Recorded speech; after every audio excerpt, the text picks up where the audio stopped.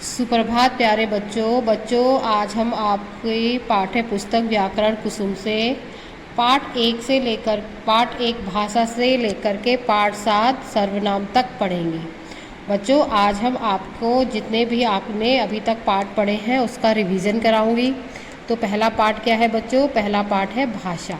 तो भाषा क्या होती है? भाषा जो हम आपस में एक दूसरे से बात करते हैं या एक दूसरे के मन के भावों को प्रकट करते हैं या सुन करके बोल करके जो हम समझते हैं वो भाषा कहलाता है।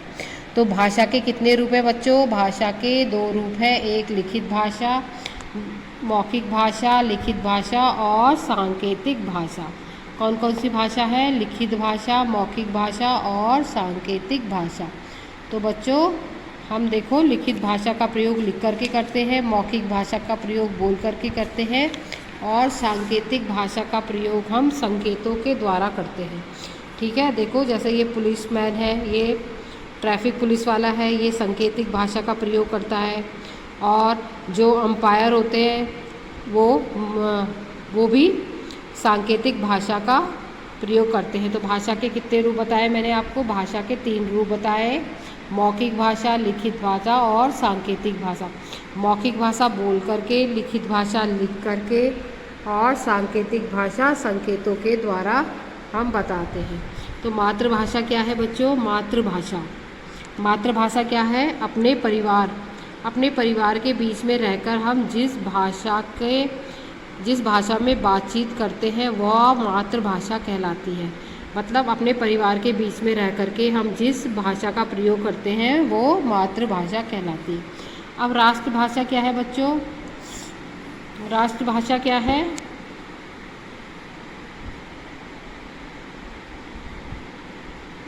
राष्ट्रीय भाषा है देश में रहने वाले अधिकांश परिवारों के बीच में हम जिस भाषा में बातचीत करते हैं वह जिस भाषा का हम प्रयोग करते हैं वो कौन सी भाषा है? राष्ट्रीय भाषा है। जो हम जिस देश में अधिकांश लोग जिस भाषा का प्रयोग करते हैं वो राष्ट्रीय भाषा है। तो हमारी राष्ट्रीय भाषा कौन सी है? हमारी राष्ट्रीय भाषा हिंदी है। ठीक है। अब राज्य भाषा क्या है? राज्य भाषा सरकारी कामकाजों में जिस भाषा का प्रयोग होता है उसे राज्य भाषा कहते हैं। मतलब जिस राज्य में जो भाषा होती है वो उस राज्य के लोग उस भाषा का प्रयोग करते हैं तो वो क्या कहते हैं? राज्य भाषा कहलाती है। अब बच्चों देखो लिपि क्या है? प्रत्येक भाषा को अलग अलग तरीके से लिखा जाता है और लिखने के ढंग को क्या कहते हैं? लिपि कहते हैं। लिखने के ढंग को क्या कहते हैं बच्चों? लिपि कहते हैं। जो हिंदी भाषा है, हिंदी, गुजराती, मराठी भाषा देवनागरी लिपि में लिखी जाती है। कौन सी लिपि में लिखी जाती है? देवनागरी लिपि में लिखी जाती है। अंग्रेजी भाषा रोमन लिपि में लिखी जाती है और पंजाबी भाषा गुरुमुखी लिपि में लिखी जाती है। और उर्दू जो भाषा है हमारी उर्दू भाषा है वो फारसी लिपि में लिखी जाती है। ठीक है बच्चों, आइए आपको बात समझ में। अब देख लिया आपने भाषा क्या है। मन की बात, मन के जो भाव विचार हम प्रकट करते हैं वो भाषा कहलाती है। हम अपने विचारों को बोलकर, लिख करके या संकेतों द्वारा प्रकट कर सकते हैं। ठीक है, ये हमारी भाषा है। अब हम पाठ पढ़ेंगे दूसरा। बच्चों पाठ 2 क्या है हमारा? वर्ण तथा वर्णमाला। वर्ण क्या है? वर्ण क्या है बच्चों? अब वर्ण बताओ। वर्ण किसे बोलते हैं? जिस मूल ध्वनि के अधिक टुकड़े ना किए जाएं वो वर्ण कहलाती है। ठीक है, जिस ध्वनि के हम टुकड़े ना किए जाए, जैसे जहाज है तो ये ज है ना, जा के कोई टुकड़े नहीं किए जा सकते, हा के भी कोई टुकड़े नहीं कर सकते, जा के भी कोई टुकड़े नहीं कर सकते। तो ये क्या है? जहाज, जहाज। ठीक है, मो, मा पे ओ की मात्रा और, गाजर, ये ध्वनियाँ ही क्या है? वर्ण है। वर्ण क्या है बच्चों? वर्ण ध्वनियाँ हैं। जो वर्ण है वो ध्वनि है और ध्वनि के हम टुकड़े नहीं कर सकते। ये क्या है? जिस मूल ध्वनि के हम एक से अधिक टुकड़े ना कर सके उसे वर्ण कहलाते हैं। ठीक है, वर्णमाला में कितने अक्षर होते हैं? वर्णमाला में 52 अक्षर होते हैं। पूरी वर्णमाला जो हिंदी वर्णमाला है उसमें 52 अक्षर होते हैं और जो इंग्लिश वर्णमाला है उसमें 26 अक्षर होते हैं। ठीक है बच्चों, आगे देखो इसमें वर्णमाला में कितने स्वर होते हैं? 11 तो स्वर होते हैं और 33 व्यंजन होते हैं, 4 संयुक्त व्यंजन होते हैं। ठीक है, 33 व्यंजन, 11 स्वर होते हैं, 33 व्यंजन होते हैं, 4 संयुक्त व्यंजन होते हैं। ठीक है, स्वर के कितने भेद होते हैं? स्वर के 2 भेद है, हास्य स्वर और दीर्घ स्वर। व्यंजन के भेद देखो, स्पर्श व्यंजन, अंतः स्पर्श व्यंजन, उष्ण व्यंजन, संयुक्त व्यंजन, आयोग वाहक व्यंजन। देखो स्पर्श व्यंजन देखो किसे कहते हैं? का, चा, टा, ता, पा वर्ण वाले जो अक्षर हैं वो किस में आते हैं? स्पर्श व्यंजन में आते हैं। का से लेके पा तक अक्षर स्पर्श व्यंजन में आते हैं। जो और क्या है? अंतः स्थल व्यंजन कौन से हैं? या, र, ला, व अंतः स्थल व्यंजन है। ठीक है, उष्ण व्यंजन क्या है? श, श, श, ह उष्ण व्यंजन है। संयुक्त व्यंजन क्या है? अक्ष, त्र, ज्ञ और श्र, ये क्या है? संयुक्त व्यंजन है। और आयोग वाहक क्या है? आयोग वाहक ना तो स्वर होते हैं ना ही व्यंजन होते। आयोग वाहक 3 प्रकार के होते हैं। कौन कौन से? अनुस्वर जिसमें अंक की मात्रा लगती है, अनुनासिक संध जिसमें चंद्र बिंदु लगता है, विसर्ग जिसके पीछे 2 आह के बिंदु लगते हैं, वो विसर्ग होते हैं। ठीक है बच्चों, अब हम आपका अगला पाठ पढ़ेंगे। हमारा अगला पाठ है शब्द तथा वाक्य। क्या है बच्चों? शब्द तथा वाक्य। शब्द कैसे बनते हैं?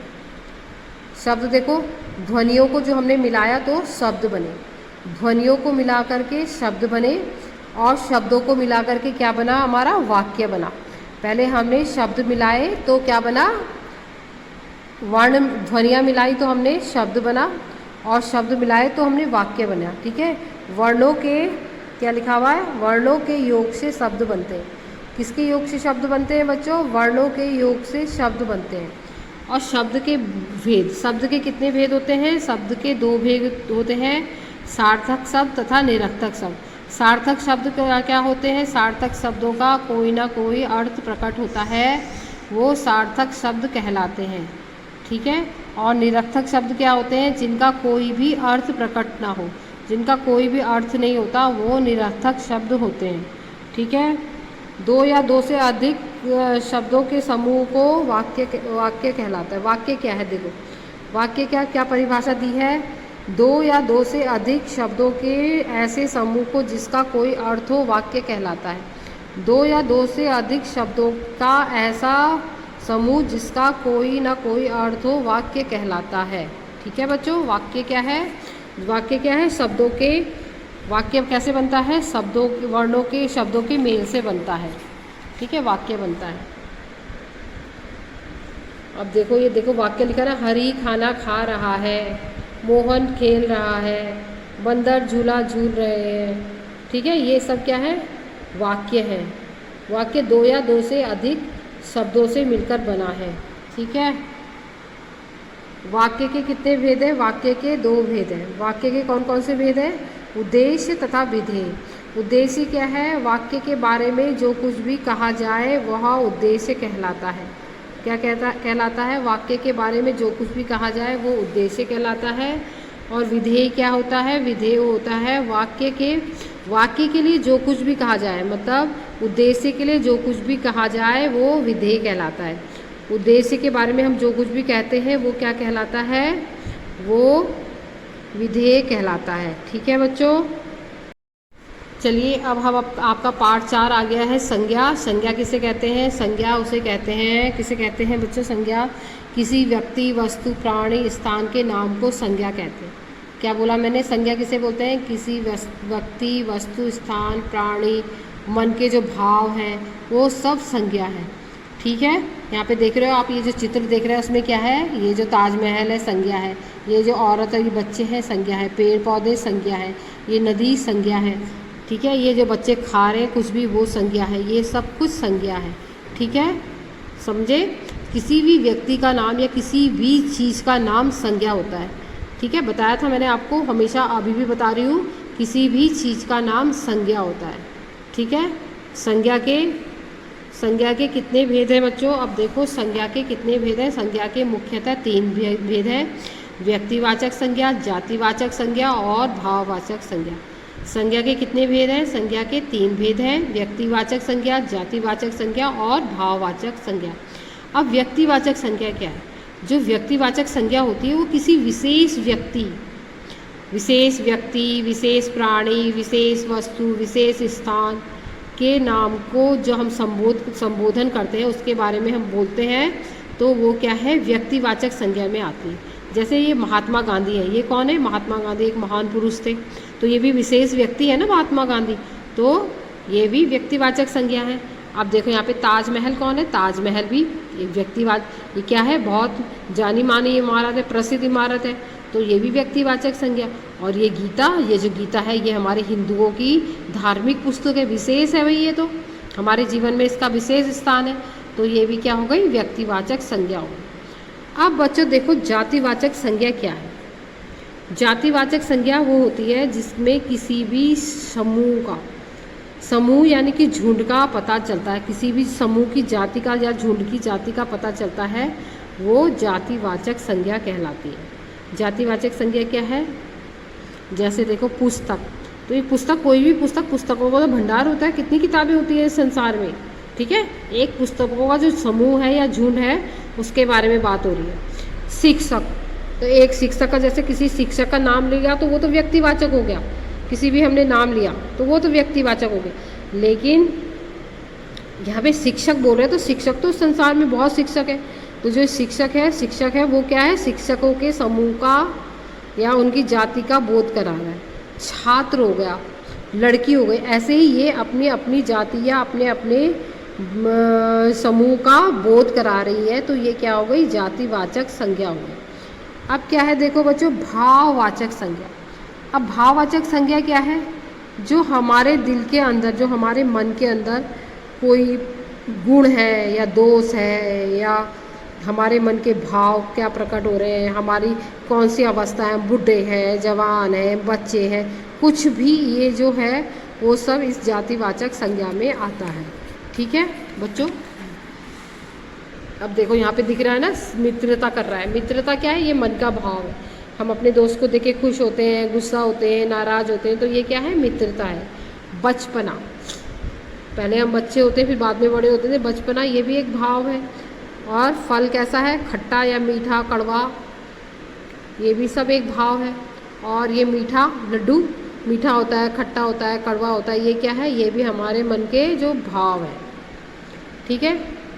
ये सभी शब्द गुण, दशा, भाव, अवस्था, बोध आदि, दोष आदि का बोध कराते हैं। या कभी किसी को देख के हमें दया आ जाती है, किसी को देख के हमें प्यार आ जाता है, किसी को देख के हमें बहुत गुस्सा आता है, किसी को देख के हम डर जाते हैं, या किसी को देख के हम खुशी होती है, या किसी को देखने की हमें इच्छा नहीं होती। तो ये सब जो हमारे अंदर के जो भाव है ना बच्चों, ये सब भाववाचक संज्ञा का ही उदाहरण है, ठीक है? समझ में आ गया आप? ये भाववाचक संज्ञा। देखो ये भाववाचक संज्ञा में और क्या क्या दिया गया है? भाईचारा है, नेतृत्व है, शिक्षा है, शैशव है, मित्रता, बुढ़ापा, बंधुत्व, देवत्व, सेवा, शत्रु, मनुष्यता, स्त्रीत्वता, पशुता, नारीत्व, बचपना, युवा, भाईचारा, सच्चाई, दुख, सुख, ये सब क्या है? ये सब भाववाचक संज्ञा के उदाहरण हैं। चलिए बच्चों हम आपका अगला पार्ट पढ़ते हैं। अब बच्चों देखो, अब हम क्या पढ़ेंगे? हम लिंग पढ़ेंगे। लिंग किसे कहते हैं? लिंग होता है जिससे हम स्त्री तथा पुरुष जाति का बोध कराते हैं, वो लिंग कहते हैं। संज्ञा के जिस रूप से हमें स्त्री तथा पुरुष जाति का बोध होता है वो लिंग कहलाता है। जैसे दिख रहा है आपको, लड़का, लड़की, गाय, बैल।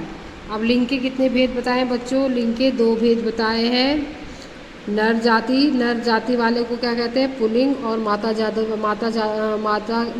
की जाति वालों को स्त्रीलिंग कहते हैं। जो पुल्लिंग होते हैं वो कौन से? जिन शब्दों से पुरुष या नर जाति का पता चलता है, बोध होता है या पता चलता है, वो पुल्लिंग कहलाते हैं।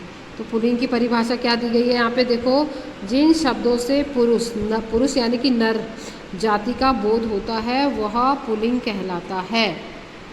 जैसे राजा, अध्यापक, लड़का, बकरा, तो ये सब क्या है? ये सारे नर जाति का बोध करा रहे हैं। अब स्त्री जाति को देखो,